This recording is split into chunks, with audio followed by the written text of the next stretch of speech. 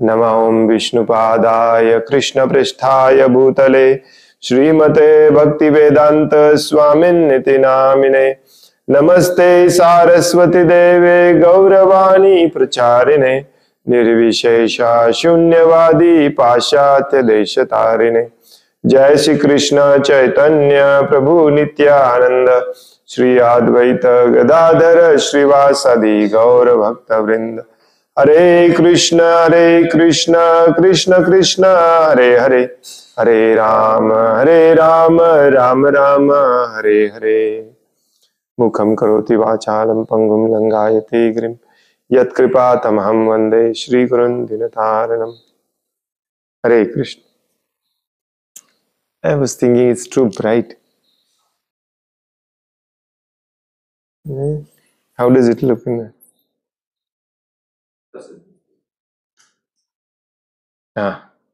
It's good. आता हे चष्म्यात दिसणार। श्रीमद् भागवतम स्कंध 3 अध्याय 29 भक्तिमय सेवेचे कपिल देवांकृत विवेचन।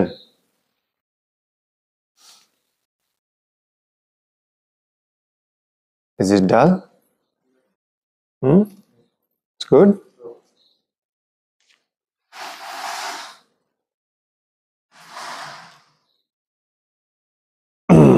श्लोक नंबर 3। काल 1 आणि 2 वाचले आपण, एकत्र दिले होते। विरागो येन पुरुषो भगवन् सर्वतो भवेत् आचक्ष्व जीवलोकस्य विविधा मम संस्मृतिः। विरागो येन पुरुषो भगवन् सर्वतो भवेत् आचक्ष्व जीवलोकस्य विविधा मम संस्मृतिः। विरागो येन पुरुषो भगवन् सर्वतो भवेत् आचक्ष्व जीवलोकस्य विविधा मम संस्मृति। विरागो येन पुरुषो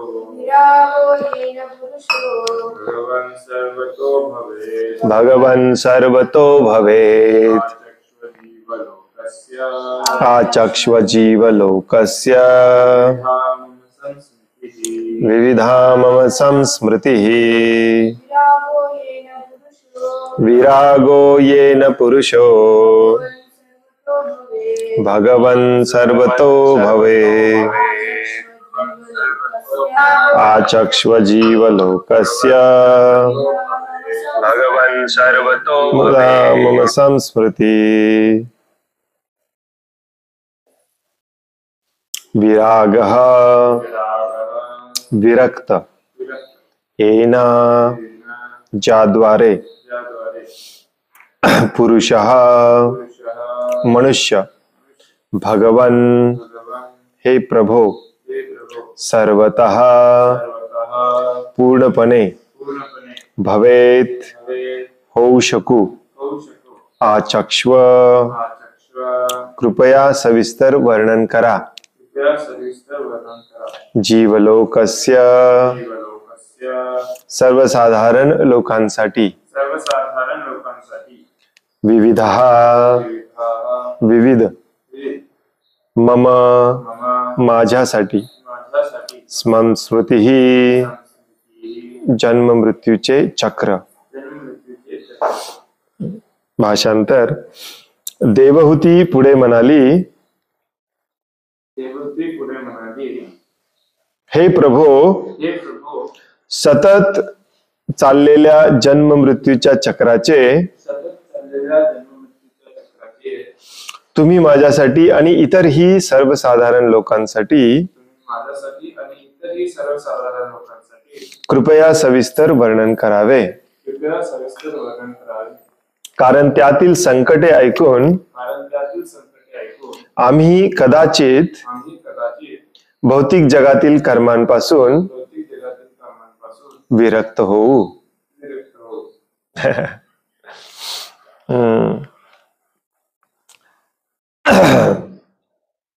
देवहूतीने काल आपण हा अध्याय वाचायला सुरुवात केला. कालचा प्रश्न होता, हे प्रभू, सांख्य तत्वज्ञानाप्रमाणे असलेली भौतिक प्रकृतीची लक्षणे आणि आत्म्याची वैशिष्ट्ये तुम्ही मला शास्त्रशुद्ध रीतीने आतापर्यंत विशद करून सांगितली. आता माझी तुम्हाला विनंती आहे की सर्व तत्व प्रणालींची परिणती ज्यात होते त्या भक्ती मार्गाचे सविस्तर वर्णन तुम्ही मला करावे.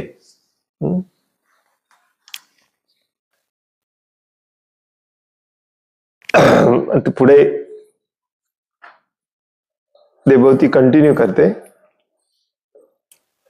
अजून 4-5व्या श्लोकापर्यंत देवहूती कंटिन्यू करते. अजून एकदा ऑन ऑफ करचं ना, जरा खूपच हे वाटायला लागले मला तिथूनच. हे प्रभो, सतत चाललेल्या जन्म मृत्यूच्या चक्राचे तुम्ही माझ्यासाठी आणि इतरही सर्वसाधारण लोकांसाठी कृपया सविस्तर वर्णन करावे. कारण त्यातील संकटे ऐकून आम्ही कदाचित भौतिक जगातील कर्मापासून विरक्त होऊ. प्रभुपाद पण जनरली आपल्याला हेच सांगायचा प्रयत्न करतात की ही संकट ऐकली पाहिजेत आपण. हे माणसाला जेव्हा आपण प्रॉब्लेम मध्ये आहे हेच माहित नसेल तर तो प्रॉब्लेम मधून बाहेर पडायचा प्रयत्न कसा करणार. जन्म मृत्यूचं चक्र किती डेंजरस आहे हे कोणीतरी समजावून सांगितलं पाहिजे.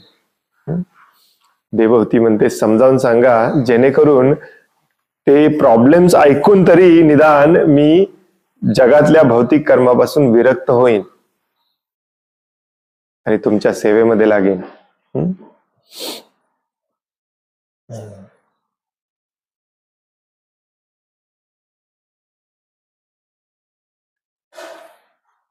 तात्पर्य, या श्लोकामध्ये संस्मृती ही हा शब्द अर्थपूर्ण आहे. श्रेयस्मृती म्हणजे भगवंतांकडे प्रगती करण्याचा वैभवाचा मार्ग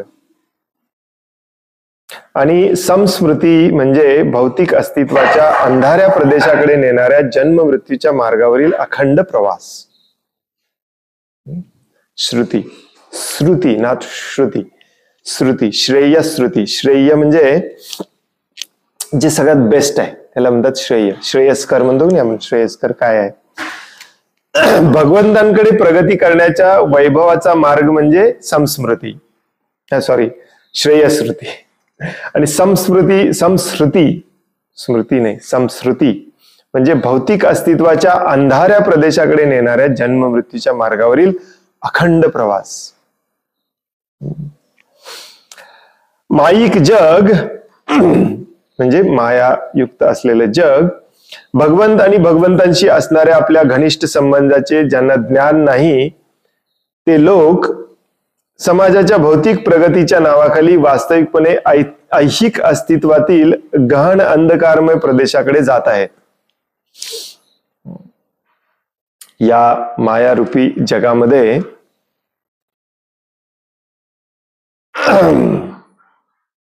ज्यांना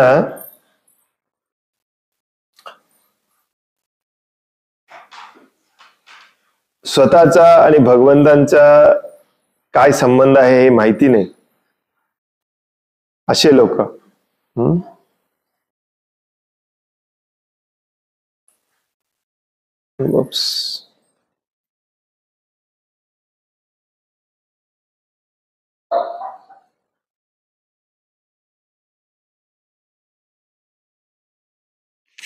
हे समजायचं कसं आता.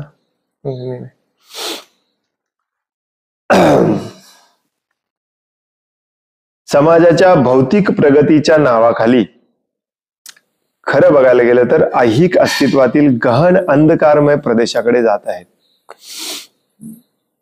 ज्याला आपण विकास म्हणतो, हो की नाही? खरा विकास हा अध्यात्माकडे प्रगती करणे हा असतो. साधं जीवन, सिंपल आहार, सिंपल राहणीमान, याच्यावरती आधारित जीवन.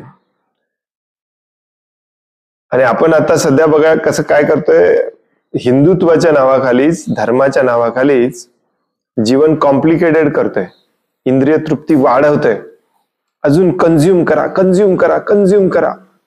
आर्थिक प्रगती झाली पाहिजे, भरपूर पैसा सगळ्यांच्या खिशामध्ये आला पाहिजे, भरपूर सगळ्यांना खर्च करता आलं पाहिजे, आणि अशा पद्धतीने सगळीकडे चंगळवाद असला पाहिजे. आणि ही सुखाची व्याख्या आहे आपली भौतिक जगात. ऍक्च्युली ही आपल्याला अंधकारमय प्रदेशाकडे घेऊन जात असते, तमसाकडे घेऊन जात असते. आपले शास्त्र आपल्याला सांगते तमसोमा ज्योतिर्गमय, प्रकाशाकडे गेलं पाहिजे.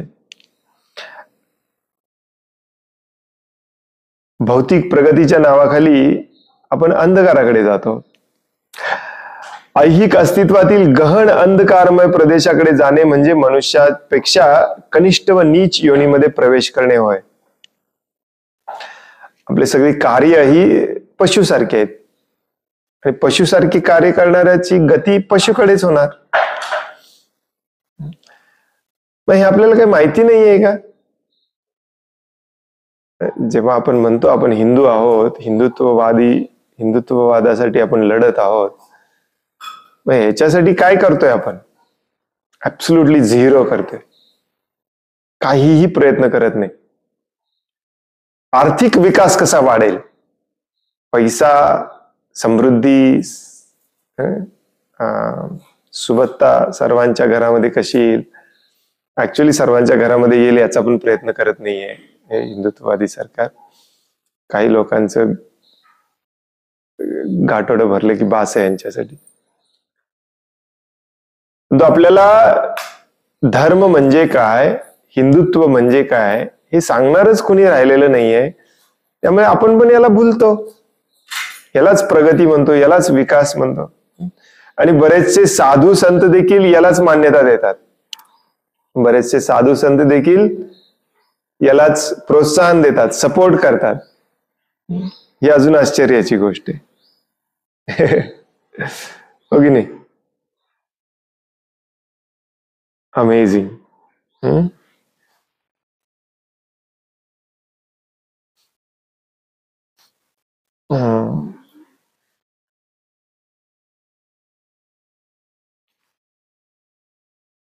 शास्त्र काय सांगतं आपल्याला? आपण गहन अंधकाराच्या दिशेने चाललेलो आहोत. म्हणजेच कनिष्ठ व नीच योनीमध्ये प्रवेश करणे. कनिष्ठ व नीच योनीमध्ये प्रवेश करणे म्हणजे काय? आपली कामं सगळी जनावरांसारखे असतील, पशूंसारखे असतील, तर पुढच्या जन्मात आपल्याला पशुचंच शरीर मिळणार नाही. हा प्रकृतीचा नियम आहे. भगवान श्रीकृष्ण म्हणतील, कशाला विनाकारण वाया घालवतो हे शरीर मनुष्याचं, तुला कुत्र्याचंच शरीर घे. म्हणजे तुला पैसे कमवण्यासाठी धडपडावं पण लागणार नाही. वर्तमान जीवनानंतरही आपण भौतिक प्रकृतीच्या कचाट्यातच राहू, आणि आपल्याला सुखकारक नसणारे असे कोणतेही जीवन देण्यात येईल हे अज्ञानी लोकांना माहीत नसते. पुनर्जन्मावरती विश्वास नाही, पुनर्जन्मावरती विश्वास नाही, त्यामुळे पाप पुण्यावरती विश्वास नाही, पाप पुण्यावरती विश्वास नाही, त्यामुळे आपण कसंही वागू शकतो. आणि कसंही वागलो तर त्याप्रमाणे आपल्याला पुढच्या जन्मी शरीर मिळणार, आणि पुन्हा आपण या कचाट्यात सापडणार हे आपल्याला माहितीच नाही. पहिल्यांदा हे माहित करून दिलं पाहिजे लोकांना. आपण म्हणतो हा जप करा, ते ध्यान करा, या सत्संगाला या देवीची पूजा करा, या देवताची पूजा करा, आमच्या संप्रदायाला या, तुमच्या संप्रदायाला या. भगवत प्राप्ती फक्त आमच्याच संप्रदायामध्ये आहे. हे पाप पुण्य काय असतं, त्याचं कर्माचं फळ काय असतं, ते कर्माचं फळ कसं बांधून ठेवतं. आणि जोपर्यंत कर्म आणि कर्माचं फळ आहे तोपर्यंत जन्म आणि मृत्यू आहे, आणि जन्म आणि मृत्यूच मुळात दुःख आहेत. हे जर आपल्याला कळत नसेल तर तुम्ही मग कुठलाही जप करा, कुठलाही ध्यान करा, कुठल्याही संप्रदायाला कनेक्ट व्हा, कुठल्याही मंदिराशी कनेक्ट व्हा, काही उपयोग होत नाही. प्रचार कार्य हे असतं ऍक्च्युली. आपल्याला वाटतं की प्रचार म्हणजे काय, कोणाला पण थांबवायचं, जप करायला लावायचं. त्याला माहितीच नाहीये का. आणि मग आपण वर आणि हे पण सांगतो, जप करा तुम्हाला चांगलं काहीतरी मिळेल. तो मिळवायच्याच नादामध्ये इथे अडकलाय अनादि अनंत काल.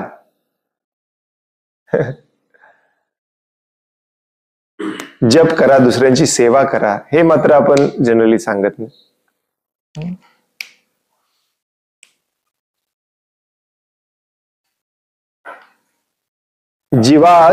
जीवाला विभिन्न प्रकारची शरीरे कशी प्राप्त होतात याचे वर्णन पुढील अध्यायामध्ये करण्यात येईल. पुढचा अध्याय पण खूप पॉवरफुल आहे बरं का, सायंटिफिक आहे. जन्म का होतो, कसा होतो, कसा तो अडकतो. अक्षरशः गर्भधारणेपासून आईच्या गर्भातून बाहेर पडेपर्यंतचं वर्णन दिलेलं आहे भगवान कपिल देवाने, कसा अडकलेला असतो. जन्म मृत्यूच्या चक्रामध्ये निरंतर देह परिवर्तन करीत राहणे यालाच संसार असे म्हणतात. अरे संसार संसार. देवहूती आपले थोर पुत्र कपिल मुनी यांना या अखंड प्रवासाचे वर्णन करण्याची विनंती करत आहे. या वर्णनाद्वारे बद्ध जीवाला समजून येईल की भक्तियोग अर्थात भक्तिमय सेवेचा मार्ग न जाणल्यामुळे आपण अधोगतीच्या मार्गावर चाललेलो आहोत. आता हे थोडंसं उलट सांगणार आहेत भगवान कपिलदेव. पहिल्यांदा भक्ती मार्ग समजावून सांगतील आणि मग जो भक्ती मार्गावरती येत नाही त्याचे हाल काय होतात हे पुढच्या अध्यायात सांगतात. पुढच्या अध्याय वाचायला असं कान बंद करून घ्यावं असं वाटतं, इतकं भयानक आहे पुढच्या अध्यायातलं एक एक वर्णन. खूप भयानक हाल होतात. नरकाचं थोडस वर्णन दिलेलं आहे पुढच्या अध्यायामध्ये. आईच्या गर्भामध्ये काय यातना होतात, श्वास घेता येत नाही, आजूबाजूने सगळं रक्त मांस त्याच्यामध्ये गुरफटून आपल्याला 9 महिने ठेवलं जातं. अगदी ग्राफिक वर्णन आहे. ग्राफिक म्हणजे काय मराठीत काय म्हणतात, vivid is also English word. ग्राफिकचा अर्थ असतो अक्षर म्हणजे रक्तबंबाळ परिस्थितीची कशी वर्णन केलं जातं की असं वाटलं पाहिजे. बिभत्स बिभत्स वर्णन. का? कारण या अध्यायामध्ये भगवंत समजावून सांगतात भक्ती मार्गावरती या, असा भक्ती मार्ग स्वीकारा. आणि मग पुढच्या अध्यायात सांगतात की जर नाही स्वीकारला तर तुमचे हे हाल होणार आहेत. दोन्ही जाणून घेतलं पाहिजे. पुढच्या श्लोकामध्ये देवहूती म्हणते आपल्या पुत्राला, कालस्वेश्वर रूपस्य रे परेशाम च परस्यते स्वरूपम बत कुर्वन्ति यद्धेतो कुशलम जनः. काळ हा तुमच्या स्वरूपाचाच प्रतिनिधी असून त्याच्या प्रभावाखाली सामान्य लोक पुण्यकर्मे करीत असतात. कृपया अशा काळ रूपाचेही वर्णन करावे. देवहूती इथं म्हणते की काळाच्या प्रभावाखाली सामान्य लोक पुण्यकर्म करत असतात. जनरली आता कुणी करत नाही, आता सगळे पाप कर्म करायला. काळ हा सगळ्यात डेंजरस असतो. ऍक्च्युली भगवद्गीतेमध्ये 2-3 ठिकाणी म्हणतात मी काळ आहे. इथं पण तेच सांगितलंय, काळ हा तुमच्या स्वरूपाचाच प्रतिनिधी आहे. आणि भगवंत म्हणतात की काळ मी आहे. खऱ्या अर्थाने कसं समजावून घ्यायचं, काळ ही भगवंतांची शक्ती आहे. भगवंतांच्या विविध शक्ती आहेत, त्यातली ही एक छोटीशी शक्ती आहे. खूप पॉवरफुल पण नाहीये. आपल्याला खूप पॉवरफुल वाटते, परंतु ऍक्च्युली भगवंत म्हणतात काळ माझी एक छोटीशी शक्ती आहे. माझ्या अनंत शक्ती आहेत, काळापेक्षाही सुपर पॉवरफुल शक्ती आहेत. काळ एक क्षुल्लकची शक्ती आहे, परंतु ही क्षुल्लकची शक्ती या भौतिक जगातल्या प्रत्येक जीवाला अशा पद्धतीने बांधून ठेवते की त्याच्यातून कोणालाही सुटता येत नाही. काळ आणि या काळाच्या प्रभावात ऍक्च्युली तर काळ प्रतिनिधी प्रभावाखाली म्हटलेलं आहे. काळाच्या प्रभावाखाली ऍक्च्युली काळाच्या नियंत्रणाखाली भगवद्गीतेची व्याख्या आहे. काळाच्या नियंत्रणाखाली आणि भौतिक प्रकृतीच्या गुणांच्या प्रभावाखाली जी जी आपण कामं करतो ती आपल्याला बांधून ठेवतात. जीव हा ईश्वराचा सनातन अंश आहे, परंतु त्याला ईश्वराची सेवा आणि प्रेम करायची इच्छा नसल्यामुळे त्याला या काळाच्या नियंत्रणाखाली आणि भौतिक प्रकृतीच्या गुणांच्या प्रभावाखाली बांधून ठेवलं जातं, कैदी बनवून ठेवलं जातं. देवहूती म्हणते काळ प्रकार काय आहे हे पण समजावून सांगा. काळच मला सुख देतं, काळच मला दुःख देतं, हे समजावून सांगा.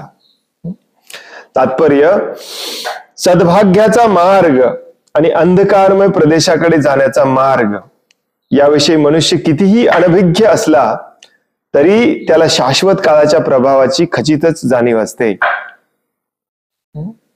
काय म्हणतात की कुठल्या मार्गाने जायचं आहे आणि कुठल्या मार्गाने गेलं नसलं पाहिजे हे एक वेळ तुम्हाला समजत नसेल, समजा इतके पण मंद आहात तुम्ही, ठीक आहे, जसं की आपण सगळे आहोत सध्या, ठीक आहे, परंतु काळाचा प्रभाव तर प्रत्येकाला समजतो. काल होता म्हणून काल बद्दल श्लोक करत बसलोय मी. काल वडील गेले म्हणून मला आज वाईट वाटतं. कुठे गेले? काळाच्या प्रभाव कुठे गेले माहिती नाही, कसं परत आणायचं माहिती नाही, कुठून आणू. आणि वेल, सगळ्यांना काळाचा प्रभाव कळतो. टाइम फास्ट निघून चाललंय हे पण कळतं, वेळ नाही आहे आपल्याकडे हे पण कळतं, या वेळेमध्ये भरपूर इंद्रिय तृप्ती केली पाहिजे हे पण कळतं. तरीही वेळेला जुमानत कोणीच नाही.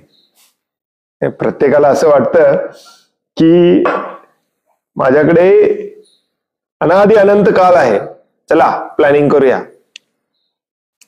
प्रभूजी अजिबात एक सेकंद नाही तुमच्याकडे, उद्याच्या उद्या इथं सेवेला आलं पाहिजे, भगवंतांच्या सेवेमध्ये राहिलं पाहिजे. नो नो नो, माझ्या इतका वेळ कोणाकडेच नाही. एक 5 वर्ष थांबा, जणू काय आपल्याला फुल गॅरंटी आहे 5 वर्षामध्ये काहीच होणार नाही आपल्याला, आपल्या कुटुंबियांना. ऍक्च्युली 2 महिने पण थांबलं नसलं पाहिजे आपण. 2 महिने काय, 2 दिवस पण थांबलं नसलं पाहिजे. जेव्हा आपण सत्य जाणतो त्या सत्याच्या मार्गावरती इमिजिएटली चालायला सुरुवात केली पाहिजे. यालाच काळाचा प्रभाव म्हणतात.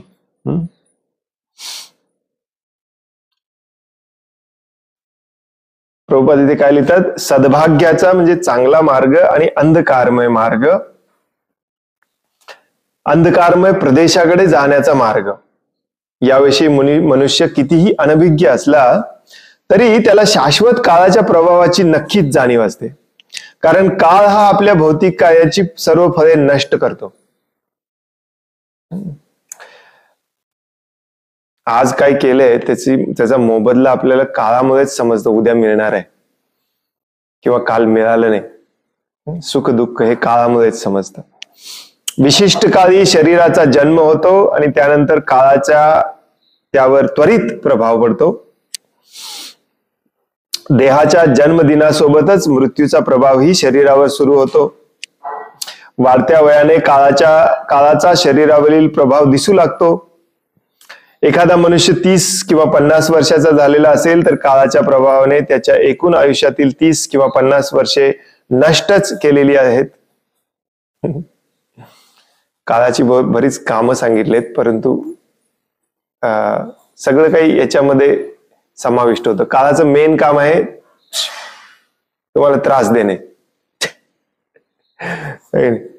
उद्या नसतंच तर आपण विचारच केला नसता.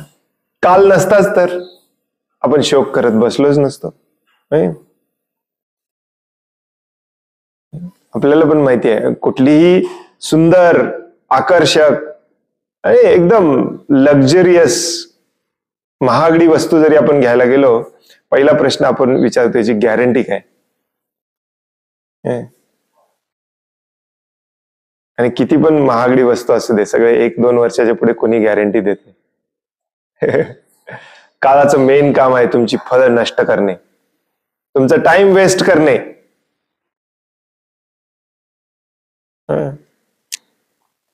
जो व्यक्ती जन्माला येतो त्याचा मृत्यू त्याच दिवशी सुरू झालेला असतो. आणि आपल्यापैकी बरेच जण मेलेलेच आहेत ऍक्च्युली,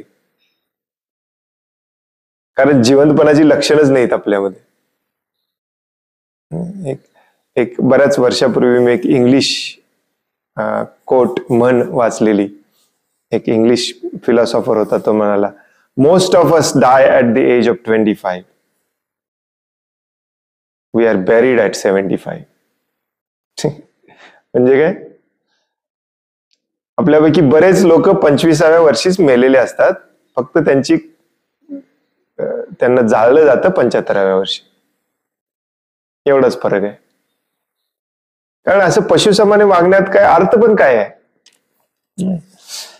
आणि मूर्ख किती बघा माणूस, आपला वाढदिवस साजरा करतो. 1 वर्ष गेला आपल्या आयुष्यातला, तो परत कधीही मिळणार नाही. काहीही या भौतिक जगातलं सगळी संपत्ती आणली तरी ते परत मिळणार नाही, हे जरी माहिती असलं तरी आपण त्याचा उत्सव साजरा करतो. या दिवशी मी जन्माला आलो. साजरा केला पाहिजे, परंतु कुठल्या उद्देशाने केला पाहिजे. या दिवशी मला मनुष्याचं शरीर मिळालं होतं, मी किती भाग्यवान आहे. मी मनुष्याचं शरीर, या शरीराचा पूर्ण उपयोग करून घेऊ शकतो. हा उत्सव असला पाहिजे. आयुष्याच्या अंतिम स्थितीचे भान प्रत्येकाला असते. त्यावेळी मृत्यूच्या क्रूर पकडीत तो सापडणार असतो, परंतु केवळ काही जणच आपल्या वयाच्या आणि परिस्थितीचा गांभीर्याने विचार करतात, काळाच्या प्रभावाची दखल घेतात आणि पुण्यकर्मे करू लागतात. मृत्यू जवळ आहे हे सगळ्यांना माहिती आहे.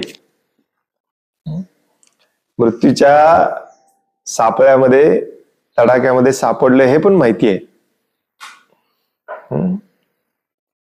परंतु एक एक क्षण निष्ठून चाललेला आहे, याचं सिरियसनेस मात्र काही जणांनाच असतं.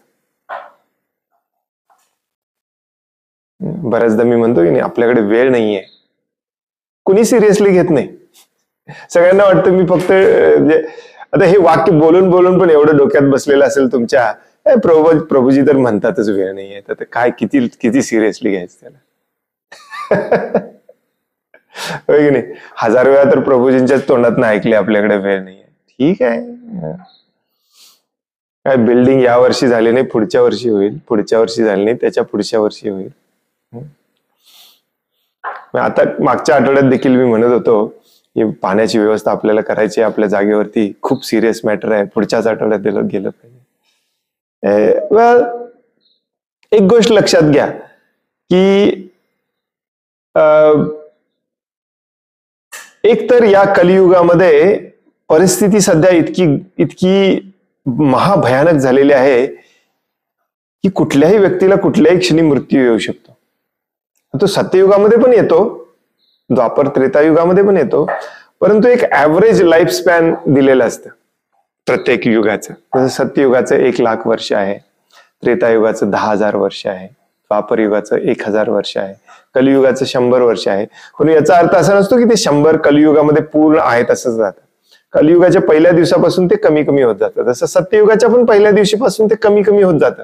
पहिल्या दिवशी 1,00,000 वर्ष असतं, सत्ययुगाच्या शेवटच्या दिवशी ते 10,000 वर्ष असतं. असा ग्राफ खाली खाली खाली येत असतो. त्यामुळे आता सध्या आपण वयाच्या आयु मर्यादेच्या ग्राफवरती 50 ते 70 मध्ये आहोत. आणि 50 ते 70 हे मीडियन असतं, म्हणजे मध्यभाग असतो. असं नाही की सगळे 50 ते 70च जगणार. 40% लोक 50च्या आत मरणार, 20-30 मरणार. 40% लोक 50 पेक्षाही जास्त जगणार. मधले जे 20% आहेत, मे बी माझं टक्केवारी थोडीशी चुकली असं वाटायलंय मलाच, 20% इकडे 20% इकडे धरा, मधले जे 40% आहेत ऍव्हरेज सगळे हे 50 ते 70 मध्ये मरणार आहेत. आणि त्यात पण काही गॅरंटी नाही. मग आपलं आता ऍव्हरेज वय आहे 40-50 मोस्टली, मला तर वाटते सगळे आपण या वयाचे आहोत. आपल्याकडे किती वर्ष आहेत? 5-10 वर्ष आहेत. आणि त्याची पण गॅरंटी नाही बरं का, उद्या सकाळी आपण जिवंत राहू की नाही याची पण गॅरंटी नाही. हो की नाही? तरी पण आपल्या योजना बघा, प्लॅनिंग बघा. ओ माय गुडनेस, इथे एफडी करायची, तिथे एफडी करायची, SIP करायचं, त्याचं एवढं रिटर्न येईल, महिन्याला एवढे पैसे येतील, त्याचे आपण ऐश करायची. भगवंतांच्या सेवेचा विचार आपण 2 वर्षांनी करू, 3 वर्षांनी करू, 4 वर्षांनी करू. हे 4 वर्षांनी करू, 5 वर्षांनी करू म्हणणारे आणि 4 जन्मांनी करू म्हणणारे आणि 4 दिवसांनी करू म्हणणारे एकाच सेक्शन मध्ये बसवता येतात. असं समजू नका जो 4 वर्षांनी भगवंतांची सेवा करू विचार करतोय त्याच्यापेक्षा मी श्रेष्ठ आहे कारण मी 4 दिवसांनी करणार आहे. तुम्ही पण त्याच कॅटेगरीमध्ये. सिरियसनेस नाहीच आहे आपल्याला. आपल्याला आपल्या इंद्रिय तृप्ती सोडून दुसऱ्या कुठल्याही गोष्टीबद्दल सिरियसनेस कधीच नसतो. ही दुर्दैवाची गोष्ट आहे. परंतु काळ हा येतो सगळ्यांच्या समोर, मृत्यूच्या स्वरूपात येतो आणि मृत्यूचं मेन काम असतं तुमचं सगळं हिसकावून घेणे. खूप वाईट वाटतं त्यावेळी, खूप खूप खूप भयानक वाईट वाटतं. सगळं हिसकावून घेतलं जातं. एखादी गोष्ट प्रभूजी नो, ऍब्सोल्युटली एक कण देखील तुमच्याकडे ठेवला जात नाही. मृत्यूचं कामच ते आहे. मृत्यू सर्व हरश्चाहम भगवंत म्हणतात. मृत्यूच्या वेळेला मी सगळं हिसकावून घेतो. तुमचे जे काही असेल ते सगळ्याचा अर्थ सगळं, काहीच राहत नाही त्याच्यामध्ये. घर, बंगला, गाडी, शेती, वाडी, सगळं सगळं. कपडे, फेवरेट शर्ट, गुलाबजामुन, फेवरेट पदार्थ, फेवरेट व्यक्ती, शरीर, केस, दात, एव्हरीथिंग. आणि हे माहीत असून माणूस हा मूर्ख, महामूर्ख प्राणी याच्यावरतीच आसक्ती ठेवतो आणि याच्यासाठीच प्लॅनिंग करत राहतो. हो की नाही? एक इजिप्शियन लोक होते. ऍक्च्युली तुमच्यापैकी काही कोणीतरी मला परवा सांगत होतं मी पण इजिप्तला जाऊन आलो म्हणून. मी इजिप्तमध्ये राहिलो एक मला वाटतं एक 8-10 महिने, जवळजवळ 1 वर्ष. ते ममीज वगैरे तुम्ही ऐकलीत की नाही, ते बघून आलो मी ऍक्च्युली, कुठे ठेवलेले असतात, कुठून काढले वगैरे. त्यामुळे त्याची थेअरी तुम्हाला माहितीये, ते जे तेव्हाचे राजे होते त्यांना असं वाटायचं की मृत्यूनंतर पुन्हा आपण जन्म घेणार आहे. पण तेवढं त्यांनी खरं तेवढं जाणले होते. आणि पुन्हा जन्म घेतल्यानंतर माझी संपत्ती, माझं राज्य, माझं सोनं, सगळं सगळं पुन्हा मला मिळालं पाहिजे म्हणून ते सगळं बॉक्समध्ये पॅक करून ठेवायचे. अक्षरशः आपल्या दास दासींना देखील जिवंत पॅक करून ठेवायचे. हाच दास मला पुढच्या जन्मात पाहिजे. त्याला झाली आता 7-8 हजार वर्ष. आपण ते दास दासी आणि ते राजे देखील बॉक्स मधून काढून आता मम्मी म्हणून प्रदर्शनाला ठेवते. कुठे गेले माहिती नाही हे जीव. कोणालाच काही मिळत नाही या जन्मातलं.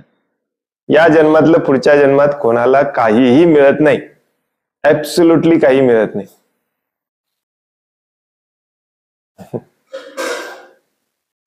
कुठेही जन्म घ्या मग तुम्ही. चंद्रावर जन्म घ्या, सूर्यावर जन्म घ्या, कुठेही जन्म घ्या. कुठल्याही बँकेत तुमचा अकाउंट असू दे, सगळं हिसकावून घेतलं जातं. मृत्यू सर्व हरश्चाहम. आणि याचा सिरियसली आपण विचार करत नाही. आणि जो कोणी याचा सिरियसली विचार करतो मग तो पुण्यकर्म करायला लागतो.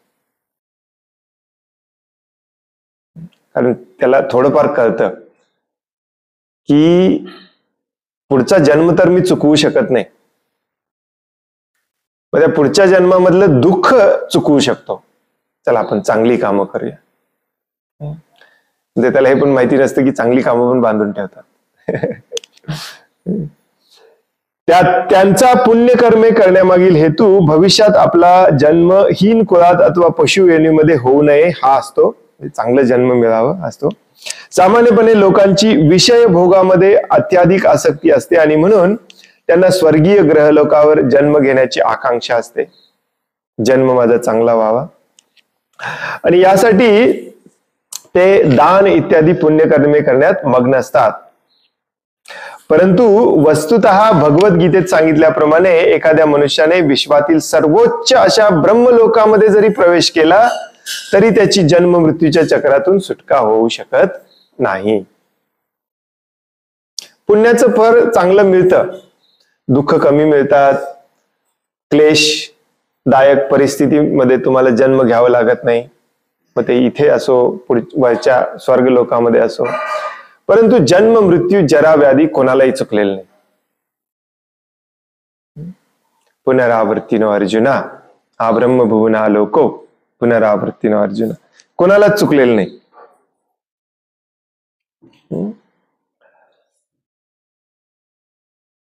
कारण भौतिक जगामध्ये सर्वत्रच काळ आपला प्रभाव पाडत असतो. तथापि आध्यात्मिक जगात मात्र काळ मुळीच आपला प्रभाव गाजवू शकत नाही. भौतिक जगाची निर्मिती कशी केली आपण बऱ्याचदा वाचलो आपण आतापर्यंत, हो की नाही. भगवान कपिल देवानी पण सांगितलं 2-3 अध्यायापूर्वी. भौतिक जग निर्माण करताना पहिल्यांदा काळच बनवला जातो आणि मग काळाच्या प्रभावाखाली सगळं काही. ते ब्रह्माजी असोत नाही तर मुंगी असो, त्या काळानंतर जे काही बनवलंय ते सगळे काळाच्या प्रभावाखाली. आणि शास्त्रामध्ये सगळीकडे सांगितलेलं आहे पहिली गोष्ट बनवली काळ. त्यामुळे मग किती पुण्यकर्म करा त्याचा पण काही उपयोग होत नाही. पुण्यकर्मामुळे सुख मिळतं पण ते पण मर्यादित असतं. पुण्यकर्म जेवढी केलीत तेवढं संपलं, ते पण संपलं. पुन्हा दुःख आहे, पुन्हा मृत्यू आहे, पुन्हा जन्म आहे. या भौतिक जगामधली कुठलीही गोष्ट आपण साठवून ठेवू शकत नाही, इन्क्लुडिंग पुण्य. संपतं ते एक दिवस.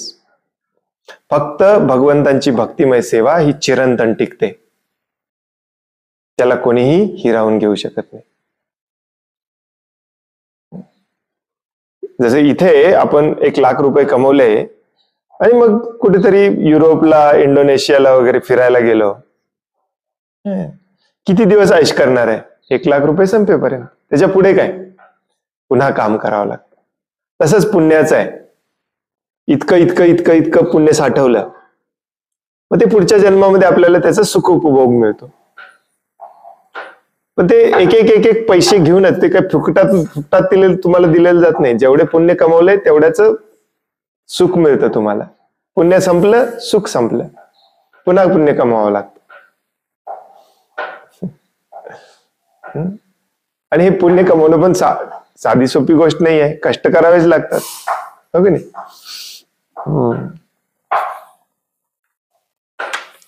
म्हणून देवहूतीला हे माहिती आहे. म्हणून देवहूती म्हणते की काळाच्या प्रभावाखाली पुण्यकर्म करणाऱ्यांचे पण हालच होतात. मग एक्झॅक्टली याच्यातून सुटायचं कसं? प्लीज मला सांगा.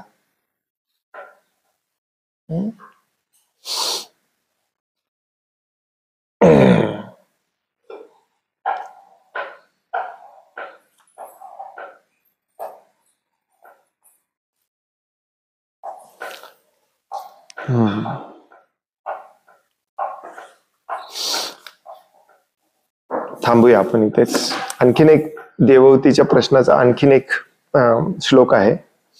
पण त्या श्लोकामध्ये देवहूती म्हणते की तुम्ही सूर्यासमान आहात, तुम्ही अंधकार जाळून टाकू शकता, तुम्ही ज्ञान देऊ शकता, डोळे उघडू शकता.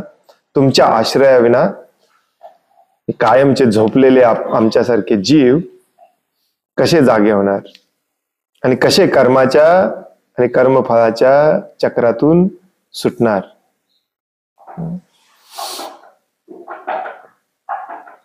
उद्या वाचूया. तर आजचा हा श्लोक 2 श्लोक वाचले ना आपण. दोन्ही श्लोक खूप महत्वाचे होते. कुठल्या दृष्टिकोनातून महत्वाचे होते? लोकांना माहितीच नाहीये की आपण संकटामध्ये आहोत. लोकांना माहितीच नाही आहे की आपण अडकलेलो आहे, आपल्याला बांधून ठेवलेलं आहे. त्यामुळे साहजिकच ज्याला माहितीच नाही आहे की तुला बांधून ठेवलेला आहे तो सुटण्याचा प्रयत्नच करत नाही. त्यामुळे आपल्या प्रचाराचा, भक्तीच्या प्रचाराचा मेन आपला फोकस असला पाहिजे लोकांना ही परिस्थिती समजावून सांगणे की तुम्ही अडकलेले आहात, तुम्ही संकटात आहात. आणि लोकांना माहिती नसते असं नाही, फक्त त्यांना असं वाटत असते की याच्यातून मार्ग नाही आहे, त्यामुळे मीच प्रयत्न केला पाहिजे या संकटातून बाहेर पडण्याचा. आणि जे कधी होत नाही आणि मग ते फ्रस्ट्रेट होतात, स्वतःच्या वरती अत्याचार करतात, हिंसा करतात. त्यासाठी हे 2 श्लोक खूप महत्वाचे आहेत. देवहूती म्हणते की कसे आपण संकटात आहोत हे पहिल्यांदा समजावून सांगा, आणि त्यातून सुटण्यासाठी पण पुण्यकर्म केली नसली पाहिजेत हे पण समजावून सांगा. कसली कर्म केली पाहिजेत हे पण समजावून सांगा. हरे कृष्ण. कोणाला काही प्रश्न आहे, काही सांगायचं आहे?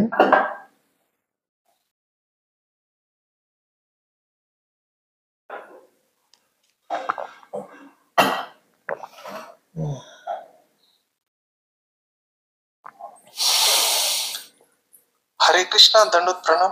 हरे कृष्ण, दंडवत प्रणाम. प्रभूजी, जे भगवद्गीतेमध्ये शेवटी संजय म्हणतो इति संस्कृत्य संस्कृत्य, तर ते संस्कृत्य शब्द आणि आजच्या श्लोकामधला संस्कृत्य शब्द याचा अर्थ दोन्हीचा वेगवेगळा आहे का प्रभूजी, का एकच आहे? No idea. संस्मृत्य, संस्कृत कितवा श्लोक आहे तो भगवद्गीतेमध्ये? शेवटी प्रभूजी नाही का, संजय म्हणतो की मला श्रीकृष्ण अर्जुनाच्या संवादाचं स्मरण होऊन माझ्यावरती हर्षित. दॅट इज संस्मृत्य. स्म आहे तिथे, स्म. स्मृत्य, स्मृत्यचा अर्थ मराठीमध्ये पण सेम होत असतो. स्मृत्य, स्मृत्य म्हणजे स्मृतीमध्ये आठवणे, भेटणे. इथे संस्मृत्य आहे, एम नाही आहे त्याच्यामध्ये, म नाही आहे. संस्कृती बोलताना ते म असल्यासारखं वाटतंय, ऍक्च्युली म नाही आहे त्याच्यामध्ये. संस्मृती आणि संस्मृती, आणि त्याचा अर्थ प्रभूजी काय सांगितलं परत एकदा सांगा. श्रुती, श्रुतीचा अर्थ असतो चक्र. संस्कृती म्हणजे जन्म मृत्यूचं चक्र, आणि श्रेयश्रुती म्हणजे भगवंतांकडे जायचा मार्ग. श्रुतीचा प्रभुपाद सांगतात श्रुतीचा अर्थ असतो मार्ग, जन्म मृत्यूचा मार्ग, जन्म मृत्यूच्या चक्राचा मार्ग. संस्कृती, स्मृती नाही, श्रुती. श्रू श्रू. हो कृष्ण. हरे कृष्ण. हरे कृष्ण.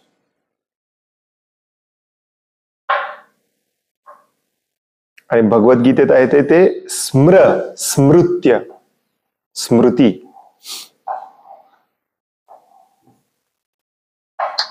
यस प्रभूजी, आलं लक्षात. हरे कृष्ण.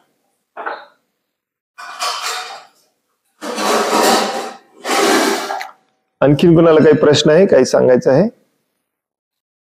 हरे कृष्ण प्रभूजी, धन्यवाद. हरे कृष्ण. प्रभूजी, मागाशी तुम्ही जे मागाशी म्हणला ना, 75 वर्ष जरी कोणी एक्सपायर जरी झाला तर तो ऍक्च्युली 25व्या वर्षी मेलेला असतो. तर आणि जरा स्पष्टीकरण द्या इट्स लाईक अ जोक. याला आम्ही पण जरा अजून जरा जागृत होणं जास्त. हो, याला सार्कॅझम म्हणतात इंग्लिशमध्ये. मराठीत काय म्हणतात माहिती नाही. काइंड ऑफ सत्य परिस्थितीच जोकिंगली सांगण्याचा प्रकार. म्हणजे काय की 25व्या वर्षीच तुम्ही चांगलं वागायचं सोडून दिलेलं असतं. जीवनाचा उद्देश माहिती नाही. 25व्या वर्षापर्यंत माणूस असा धष्टपुष्ट आणि ऍक्टिव्ह असतो. काय करू काय नको, काय करू काय नको. 25व्या वर्षी बायका पोरं आहार निद्रा भय मैथून एवढंच करण्यामध्ये तो बिझी होतो. त्याच्या जीवनाला काही उद्देश राहत नाही, जीवनाला काही गती राहत नाही. जे सरकार सांगेल तेच आपण करतो, सरकारच्या विरुद्ध बोलायची आपली इच्छा नाही. मेल्यात जमा होतं. आपण मराठीत म्हणतो की नाही, मॅक्झिमम लोक मेल्यात जमा आहेत. नाही त्यांना स्वतःची काळजी आहे ना दुसऱ्याची काळजी आहे. म्हणून तो लेखक म्हणतो की हे सगळे मेल्यात जमा आहेत. 25व्या वर्षीच मेल्यात जमा असतात. त्यांना फक्त गाडलं जातं 75व्या वर्षी. मेल्यासारखेच जगतात 25 ते 75 पर्यंत. आणि ते आपल्या अध्यात्मामध्ये पण लागू पडतं, कारण थोडेफार चांगले गुण असतात आपल्यामध्ये ऍक्च्युली लहानपणी. जसजसे आपण मोठे होतो तसतसे अनर्थ आपले वाढत जातात. स्वार्थ, द्वेष, आणि कधी आपण एकदा भौतिकवादी होतो आपल्याला पण कळत नाही. आणि अध्यात्माकडे परत ढुंकून पण पाहायची आपली इच्छा नसते. सगळे डेड बॉडीज आहेत. हो की नाही. व्यंगपूर्ण टिप्पणी.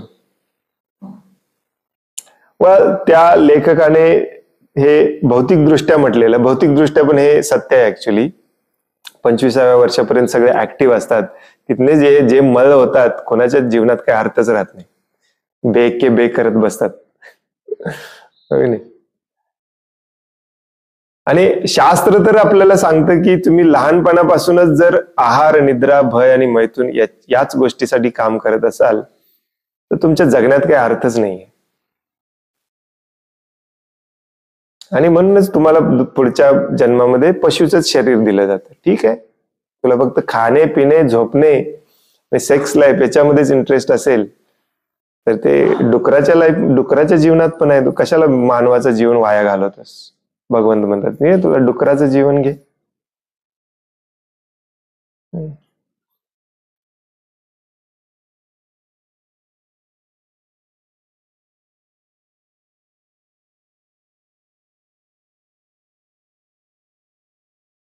माहिती असून देखील आपण भगवंतांच्या सेवेमध्ये सिरियस होत नाही.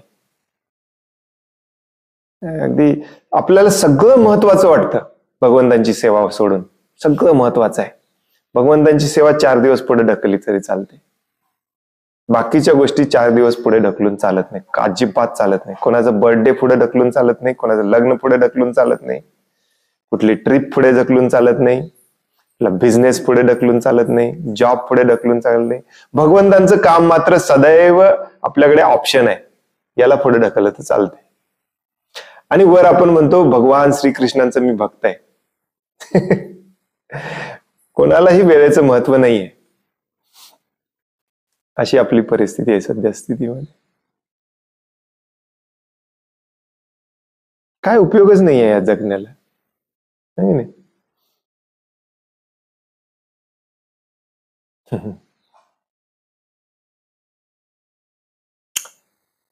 हरे कृष्ण.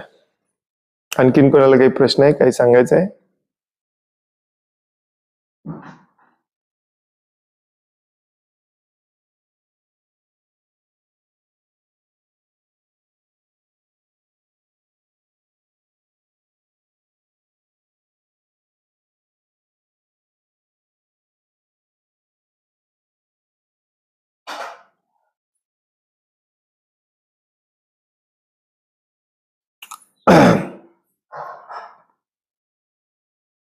खूप खूप धन्यवाद.